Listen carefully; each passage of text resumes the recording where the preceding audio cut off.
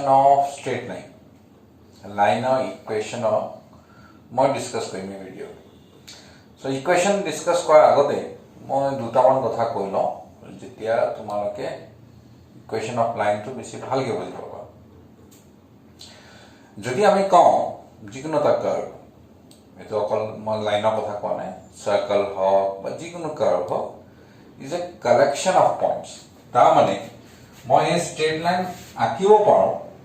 কিন্তু আচলতে straight line এনেকুৱা খুব ঘন ঘন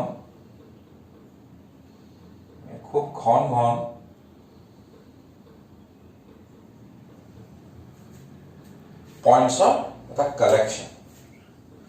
মানে পইণ্টছ কেইটা এটা কালেকশ্যন। সেইকাৰণে আমি কি কৰোঁ, আমি এই এটা লাইনৰ যোনটো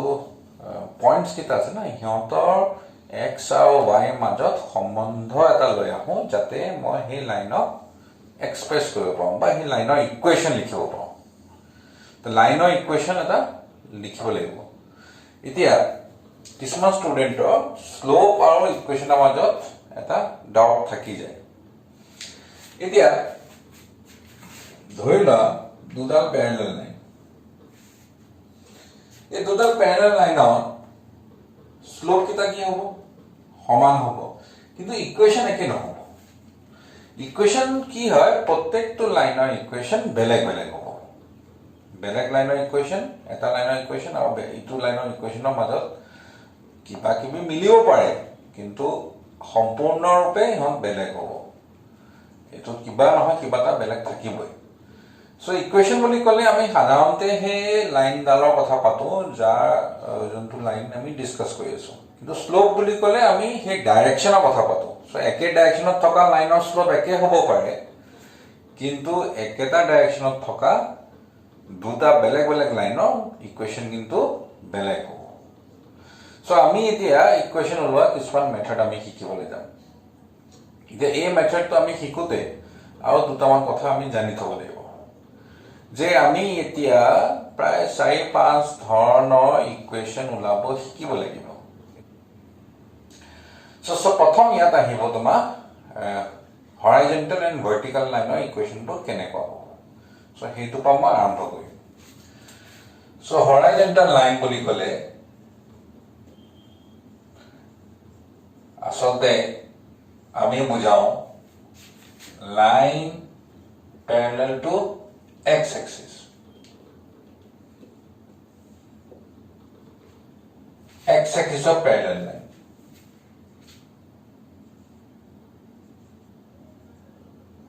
তাৰমানে এই লাইনডালৰ কথা আমি কৈ আছো।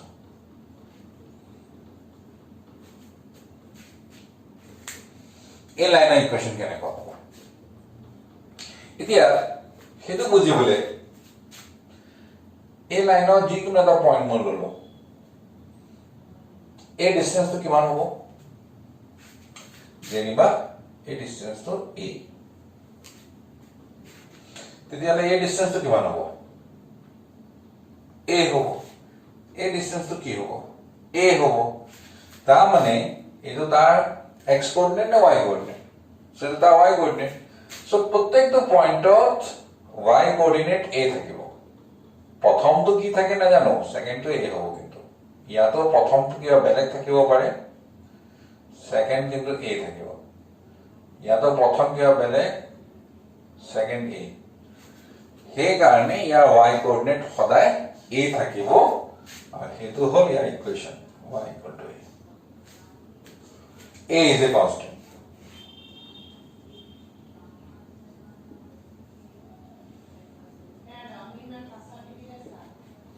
আৰু এই y equal to a equal to constant বুলি যে মই কৈছো, এইটো তুমি এনেকৈ মনত ৰাখিব লাগিব, যদি x এক্সিছৰ পেৰেলেল লাইন হয় তেতিয়াহ'লে এইটো ইকুৱেশ্যনত x কোঅৰ্ডিনেট নাথাকিব। তেনেকৈ তুমি ইকুৱেশ্যন মনত ৰাখিব পাৰিবা। যেনে এক্সাম্পল হিচাপে তুমি এই ডায়াগ্ৰামটো চোৱা। যেনিবা এইটো origin x axis, y axis, এইটো তোমাৰ হ'ল -2, আৰু এই লাইনডালৰ ইকুৱেশ্যন হ'ব লাগে। নেগেটিভত আছে, পজিটিভত থাকক, নেগেটিভত থাকক, আমাৰ লিখা মেথডটো একে থাকিব। ইয়াৰ ইকুৱেশ্যন হ'ব এইটো কাৰ পেৰেলেল, এক্স এক্সিছৰ। এক্স এক্সিছৰ পেৰেলেল হ'লে আমি সদায় লিখো y ইকুৱেল টু, এইটো মনতে ৰাখি থোৱা, এক্স এক্সিছৰ পেৰেলেল লাইন হ'লে y ইকুৱেল টু লিখিব লাগিব। y ইকুৱেল টু কি লিখিম, এইটো যোনটো y কোঅৰ্ডিনেট আছে বা এই ডিষ্টেন্সটো যোনটো হ'ব, ডিষ্টেন্স বুলি ক'লে ভুল হ'ব, ইয়াৰ y কোঅৰ্ডিনেট যোনটো হ'ব -2, so y ইকুৱেল টু -2 হ'ল ইয়াৰ ইকুৱেশ্যন।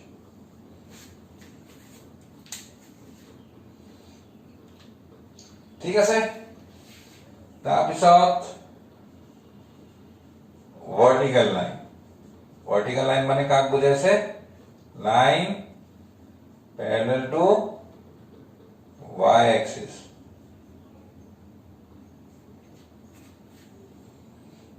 মই ডায়াগ্ৰাম বনাইছো,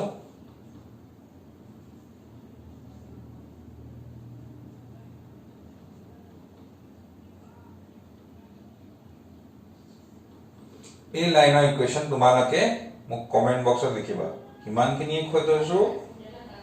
এইটো k আছে, এই ডিসটেন্সটো k আছে, তেতিয়াহলে এই লাইনৰ ইকুৱেশ্যনটো কি হ'ব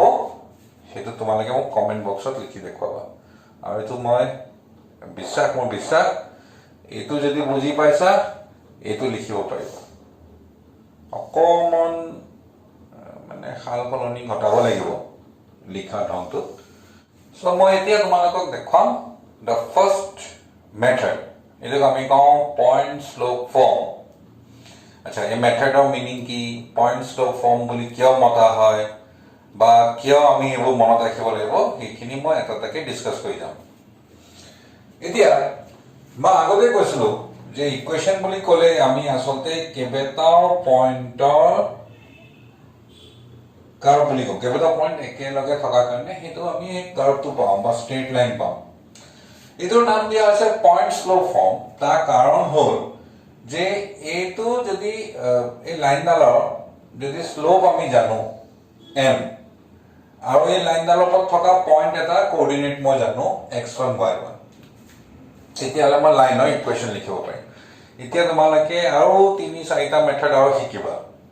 প্ৰত্যেকবাৰ তোমালোকে মন কৰিবা যে এডাল লাইনৰ দুটা কথা মই গম পালে মই লাইনৰ ইকুৱেশ্যন লিখিব পাৰোঁ, অকল এটা কথা জানিলে নহ'ব। সেইকাৰণে মিনিমাম দুটা কণ্ডিশ্যন মই জানিব লাগিব বা তাৰ সেই লাইনডালৰ বিষয়ে দুটা ইনফৰ্মেশ্যন মোৰ ওচৰত থাকিব লাগিব। সেইকাৰণে মই এতিয়া এই ক্ষেত্ৰত পইণ্ট শ্লোপ ফৰ্মত মোৰ ওচৰত দুটা ইনফৰ্মেশ্যন হ'ল, এটা হ'ল লাইনডালৰ ওপৰত থকা এটা পইণ্টৰ কোঅৰ্ডিনেট আৰু এটা হ'ল শ্লোপ অফ দ্য লাইন। এই দুটা মোক দিয়া আছে। যদি এই দুটা মোক দিয়া থাকে তেতিয়াহ'লে লাইনৰ ইকুৱেশ্যনটো কি হ'ব, তেতিয়া লাইনৰ ইকুৱেশ্যনটো হ'ব y minus y1 equal to mx minus x1।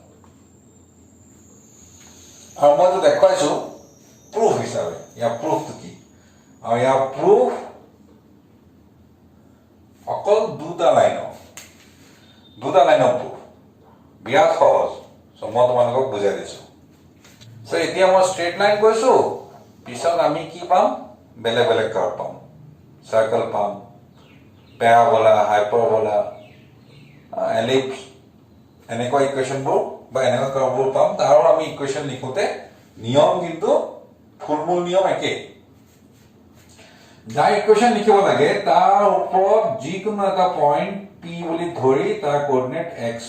y ল'ব লাগে, এইটো হ'ল নিয়ম।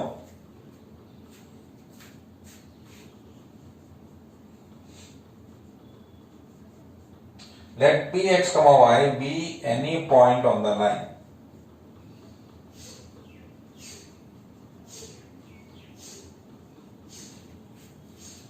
ইয়াৰ ওপৰত যিকোনো এটা পইণ্ট বুলি তুমি ধৰি লোৱা।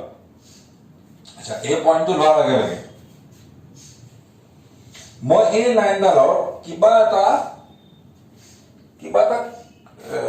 কোৱালিটি এটা থাকিব, কেৰেক্টাৰ এটা থাকিব, সেই যোনটো কণ্ডিশ্যন থাকিব, সেই কণ্ডিশ্যনটো আমি মেথমেটিকেলি লিখি লওঁ। ইয়াৰ কণ্ডিশ্যন কি হ'ব, এতিয়া শ্লোপ অফ PQM হ'ব নে নহ'ব, এইটো x, y মোৰ ফালৰ পৰা ধৰা পইণ্ট হয়,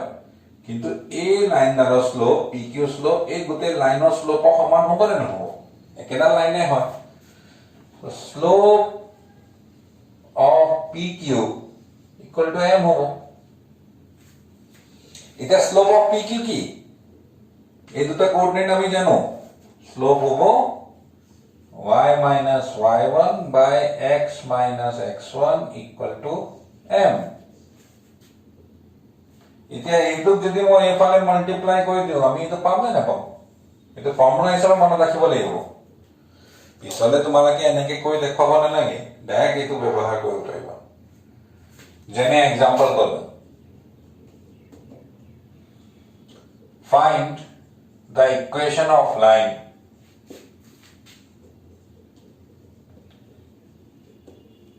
which passes through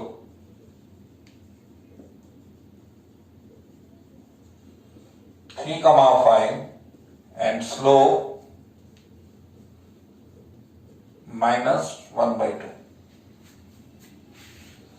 so যেতিয়া পৰীক্ষাত প্ৰশ্ন এটা আহিব বা তোমালোকে কিতাপত যিটা প্ৰশ্ন কৰিছা তাত তুমি চাবা তোমাক কি দিয়া আছে এটা পয়েন্ট দিয়া আছে লাইনৰ ওপৰত আৰু এটা শ্লোপ দিয়া আছে তো যদি শ্লোপ আৰু পয়েন্ট দিয়া থাকে তুমি মনত পেলাব লাগিব যে এইটো মেথডতহে মই তাৰ ইকুৱেশনটো লিখিব লাগিব সো এই মেথডত লিখোতে y minus y1 equal to mx minus x1 এইটো যোনটো y থাকিব আৰু এইটো যোনটো x থাকিব এইটো y আৰু x হিচাপে থাকি যাব তাক তুমি একো কৰিব নালাগে তুমি অকল m ৰ ভ্যালু x1 আৰু y1 ৰ ভ্যালু বহাব লাগিব তাৰমানে ইয়াৰ আনসাৰ হ'ব y minus y1 মানে এই পয়েন্টৰ y coordinate y minus 5 equal to m কিমান দিয়া আছে শ্লোপ -half তাৰ পিছত ব্ৰেকেটত x minus x1 সো ইয়াত x ৰ ঠাইত x এ থাকিব x1 ৰ ঠাইত এই পয়েন্টৰ x কোঅৰ্ডিনেট আহিব এটো হল লাইনৰ ইকুৱেশন খুব বেছি হলে তুমি এটো মাল্টিপ্লাই কৰি অলপ সিম্পলিফাই কৰি থব পাৰা এনেকে থলেও ভুল নহয় সো এইটো হল তোমাৰ মেথড কেনেকে আমি শ্লোপ পয়েন্ট ফৰ্মত লাইনৰ ইকুৱেশন লব পাৰো সেকেন্ড ফৰ্ম হল এটা আমি কওঁ 2 পয়েন্ট ফৰ্ম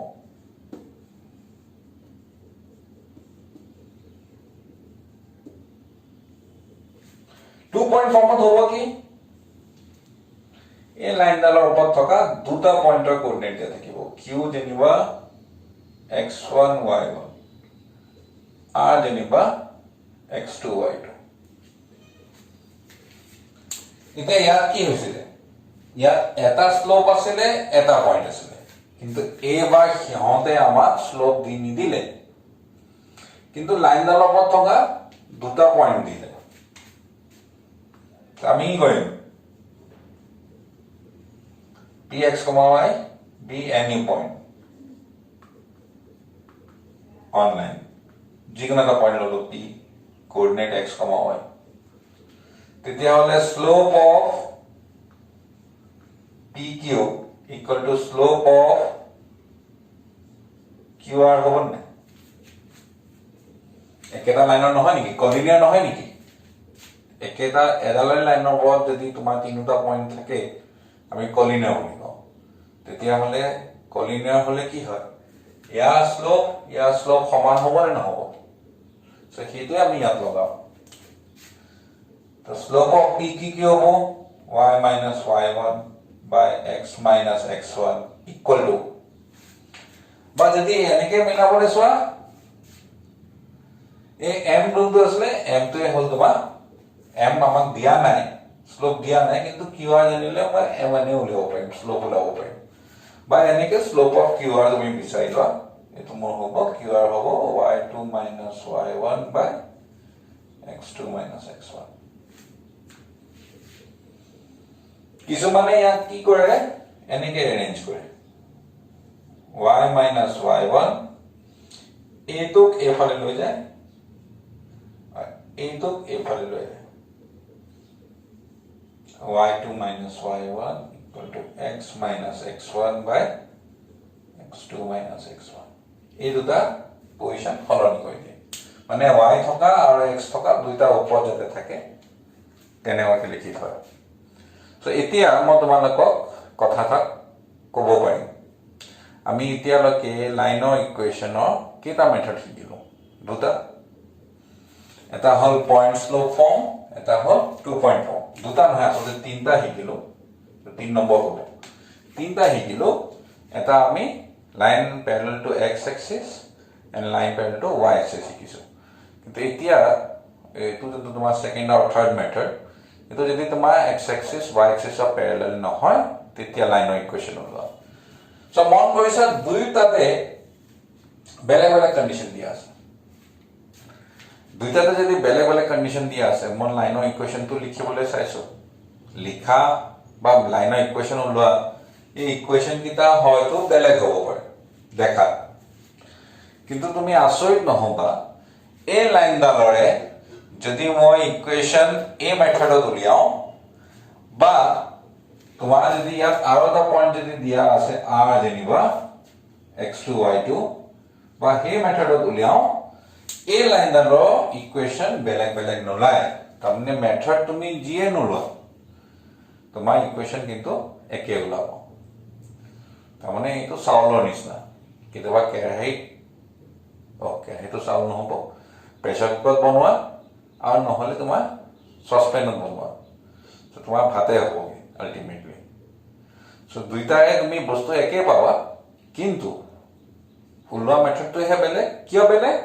মানে মোক বেলেগ বস্তু দিয়া আছে ইয়াত স্লোপ দিছে আৰু পয়েন্ট দিছে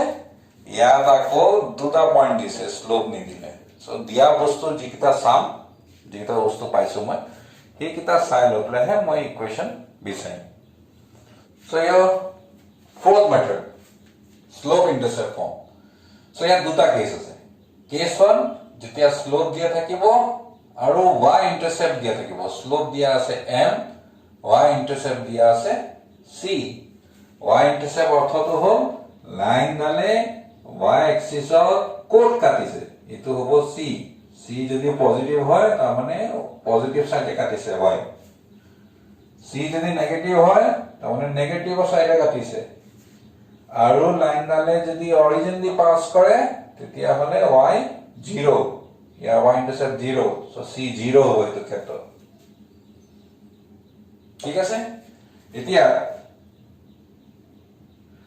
এইটো ডিসটেন্স যদি c হয় এই পয়েন্টৰ কোঅৰ্ডিনেট কি হ'ব y axis of থকা কাৰণে তাৰ x কোঅৰ্ডিনেট 0 হ'ব আৰু y কোঅৰ্ডিনেট c হ'ব স্লোপ m দিয়া আছে তেতিয়া হলে স্লোপ আৰু এটা পয়েন্ট দিয়া থাকিলে পয়েন্ট এটা দিয়া থাকিলে আমি ইকুৱেশ্যন লিখিব পাৰো নহয় সো পয়েন্ট অন লাইন মোক দিয়া আছে 0, c and slope দিয়া আছে m ইকুৱেশ্যন কি হ'ব y minus y1 equal to m x minus x1 y minus y1 মানে ইয়াৰ y coordinate c m slope x minus ইয়াৰে x কোঅৰ্ডিনেট 0 মই পালো y minus c equal to m x minus 0 মানে x mx ইয়াৰ পৰা মই পালো y equal to mx plus c এই লাইনৰ এই ফৰ্মটোকে আমি কওঁ স্লোপ ইন্টাৰসেপ্ট ফৰ্ম সো তোমালোকে এটো মনত ৰাখিব লাগিব যিকিটা মই দেখুৱাই আছো ইকুৱেশ্যন কিটা এনেকে বক্স বনাই দিছো নহয় এটো মনত ৰাখিব নেক্সট কেস 2 কেতিয়াবা y ইন্টাৰসেপ্ট নিদি x ইন্টাৰসেপ্টও দিব পাৰে এটো যেনিবা d দিয়া আছে অৰিজিন x y আৰু স্লোপ দিয়া আছে slope m x intercept d এটো যদি d থাকে পয়েন্টৰ কোঅৰ্ডিনেট কি হ'ব d, 0 আৰু যদি লাইন এনেকে থাকে d নেগেটিভ হ'ব ইয়াৰ পৰা অৰিজিনৰ পৰা পাস কৰিলে d 0 হ'ব হেবো মই কৈ দিয়া নাই এটো তোমালোকে নিজে ভাবি লব পাৰিবা আৰামত So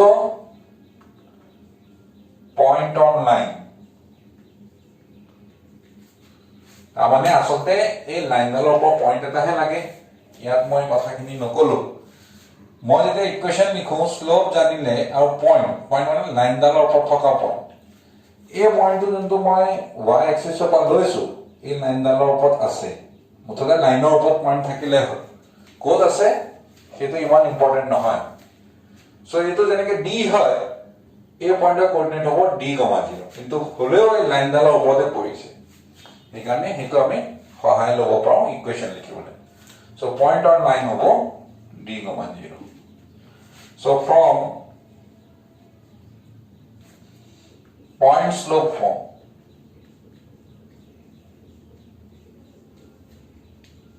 কি পাম y minus y1 মানে ইয়াৰ y coordinate 0 m x minus x1 মানে এইটো d so এইটো হ'ল তোমাৰ y equal to m x minus d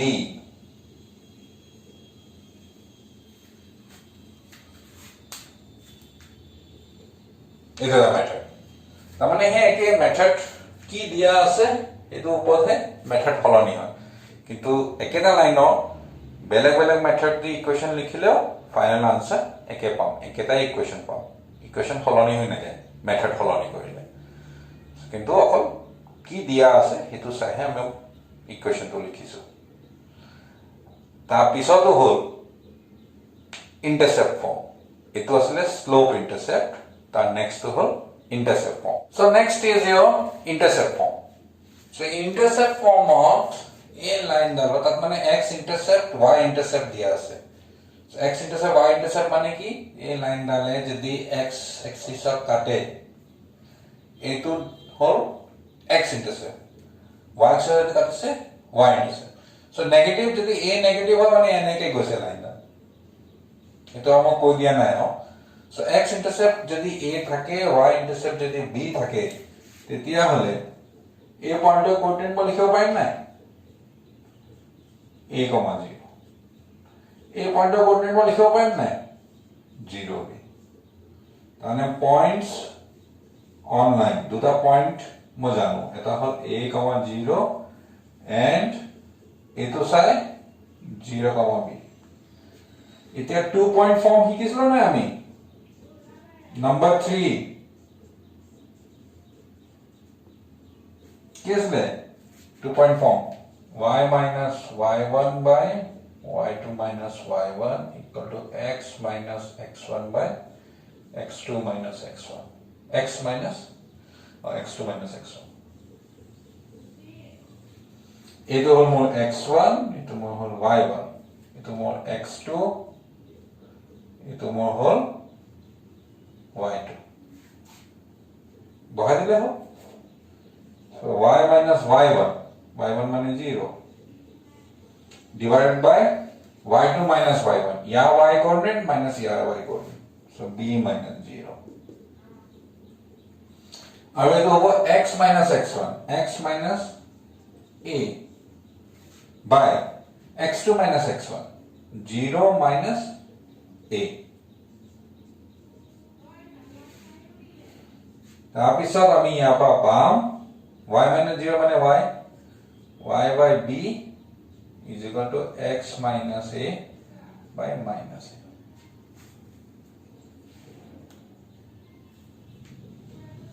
তাৰপিছত আমি কি কৰিম এটো বেলেগ বেলেগ কৰি লওঁ y by b is equal to x by minus a plus minus a by minus a মই তো পাম y by b এটো মই এফালে লৈ আহিছো প্লাস x by a আর এটা ক্যান্সেল কৰি 1 পাবো বা লিখিলো x by a plus y by b equal to 1 এটো হল ইয়াৰ স্ট্যান্ডাৰ্ড ফৰ্ম তাৰ মানে মোক দিলে ইকুয়েশন অফ লাইন বিচাৰিব গলে x intercept to y intercept minus y. And direct লিখি দিম মই x x দলত x ইন্টারসেপ্ট লিখি দিম 2 y y দলত y ইন্টারসেপ্ট লিখি দিম minus 5. ইয়াৰ পিছত তোমালোকে ইচ্ছা কৰিলে এলসিএম লৈ বাকিখিনি কৰিব বিচাৰিলেও কৰিব পাৰা বা এনেকুৱা তুমি এই দিলেও ভুল নহয় সো এইটো তোমালোকক কি দিয়া আছে এটো চাই মই লিখিম ইয়াৰ পিছত number 6 method number 6 method hall normal form and normal form method বাকি সব ফর্মত কে বেলেগ এনেকে জেনেকে আমি কৰি আছো না তেনেকে নহয় সো মই তোমালোকক এতিয়া নম্বৰ 6 দেখাম and the last form is normal form ইয়া আগৰ যিকিটা ফৰ্ম আমি কৰিছিলো তাত আমি লাইনৰ বিষয়ে আমাক দুটা ইনফৰমেশন দিছিলে বা লাইনৰ বিষয়ে দুটা কথা কোৱা হৈছিল এতিয়া ইয়াত আমাক সিধা সিধি এই লাইনৰ ইকুৱেচন লিখিব বিচাৰো কিন্তু তাৰ বিষয়ে একো নাই কোৱা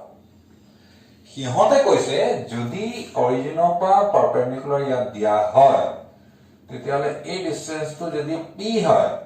আৰু এই পাৰপেন্ডিকুলাৰে x এক্সিসৰ লগত যিমান এংগল বনাব হেতু যদি ওমেগা হয় সেই দুটা দিলে আমি লাইনৰ ইকুৱেচন লিখিব পাৰিম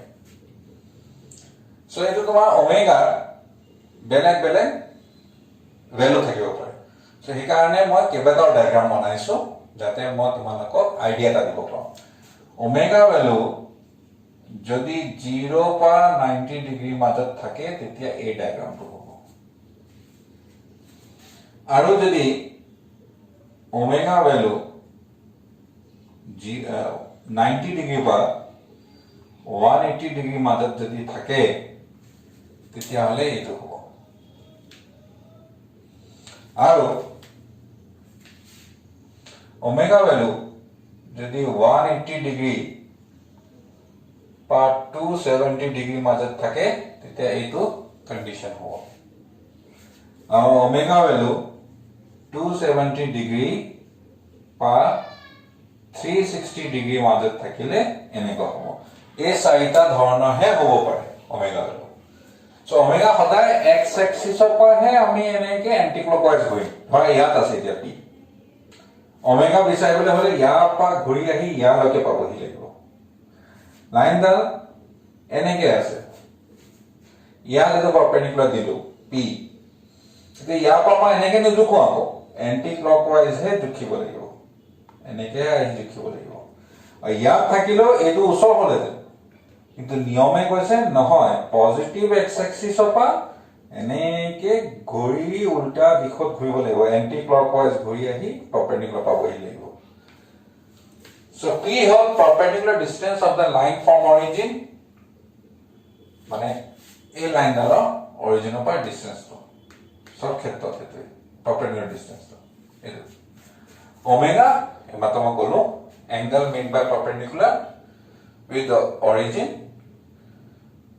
with positive direction of x-axis measuring anti-clockwise. So eto. Titiya line of equation hobo x cos omega plus y sin omega equal to p. Eto hol hetu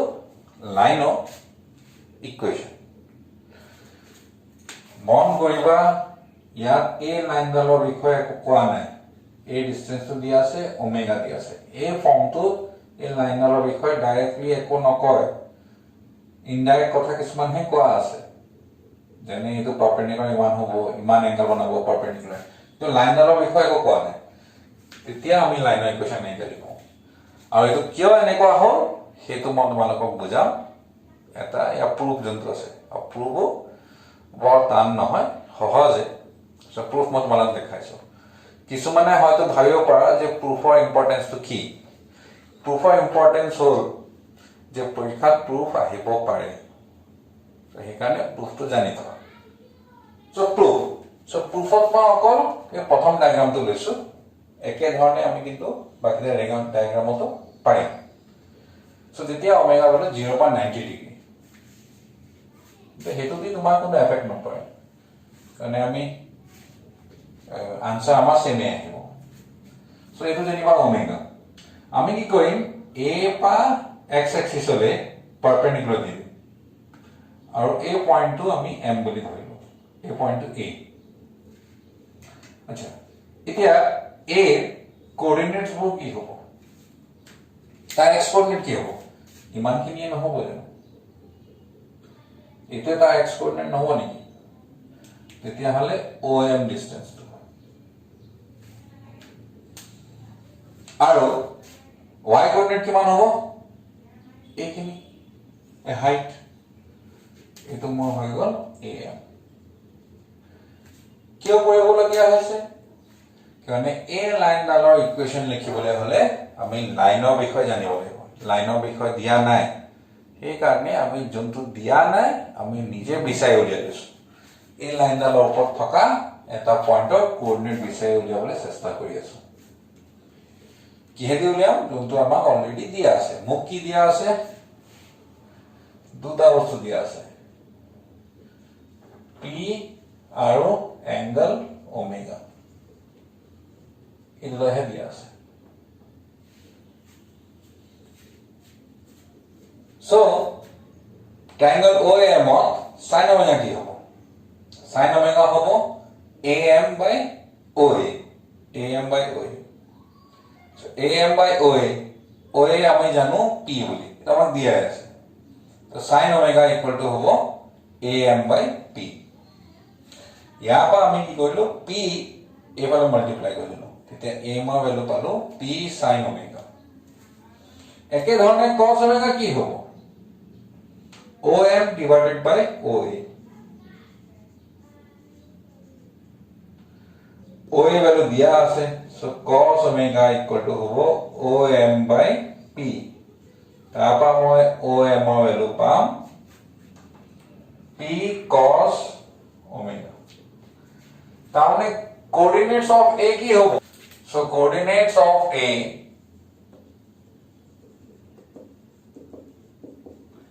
P cos omega comma P sin omega পাম এটা coordinate পাই গলো A আৰু কি লাগিব মই আৰু এটা আমি স্লোপ উলিয়াব পাৰো আচ্ছা OA স্লোপ আমি জানো না জানো এই এংগলটো কিমান omega the slope of OA equal to tan omega hobo angle janile ami tan theta slope hoy so tan omega hobo etia slope of OA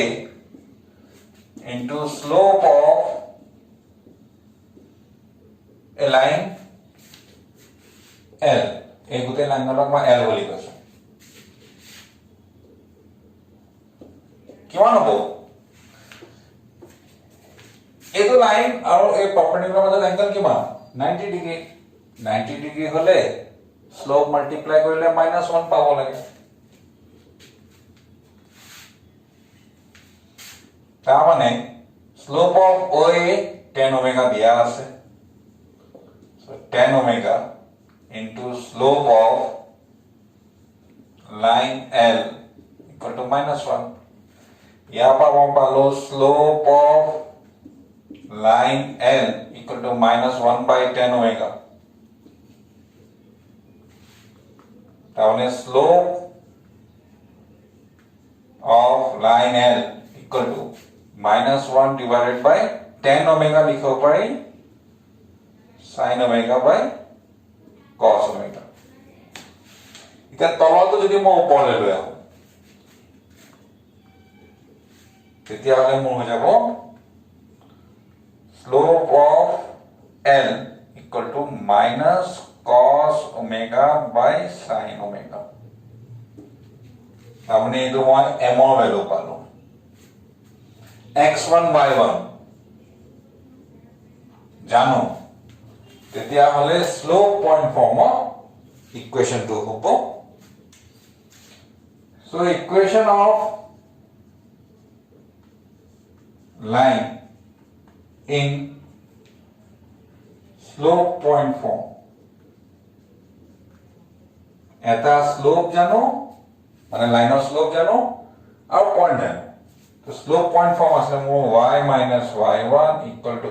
m x minus x1. So মই লিখিলো y minus y1. y1 মানে এইটো point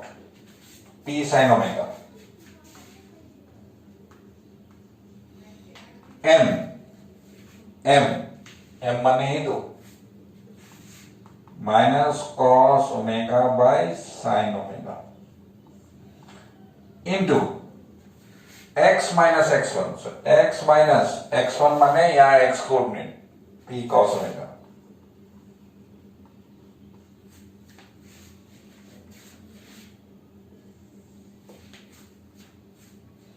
এতিয়া a sin omega এইফালে multiply কৰি দিলো. So এটা মোৰ বনি গ'ল y sin omega আৰু এইটো হৈ গ'ল minus p sin square omega equal to minus cos ইয়াৰ লগত multiply minus x cos omega minus minus plus p cos square omega. So আমি এতিয়া এইটো কানিম এইফালে এইটোক নিম এইফালে. So minus x cos omega এইফালে আহিলে হৈ যাব x cos omega আৰু আগৰ y sin omega আছে is equal to p cos square omega আছে plus p sin square omega. यहाँ पर यदि हम p कॉमन लो की palm cos square omega plus sin square omega. তেতিয়াহলে এই লাইনডাল মই আকৌ লিখিছো কি পাম x cos omega এফালে আছে plus y sin omega equal to cos square omega plus sin square omega কিমান হয় 1. সো এটো হৈ যাব p. এটো হৈ গ'ল proof. মুঠতে তুমি এই পয়েন্টৰ কোঅৰ্ডিনেট ওলাব লাগে is the distance trigonometry ব্যৱহাৰ কৰি আৰু ইয়াৰ স্লোপ লিখি তাৰ উল্টা লাইনৰ মানে পাৰপেন্ডিকুলাৰ লাইনৰ স্লোপটো বিচাৰিবা আৰু স্লোপ পইণ্ট ফৰ্মেদি লিখিবা. এটো হ'ল মনত ৰাখিব পৰা থুলমূলকে কথাখিনি যাতে পিছত তোমালোকে নিজে লিখিব পাৰা. So thank you. Next video আমি এই এক্সাৰসাইজৰ বাকি কথাখিনি ডিসকাস কৰিম আৰু কোৱেশ্চনবোৰ কৰিম. যদি ভাল লাগিছে give a thumbs up and share and subscribe my channel. Thank you.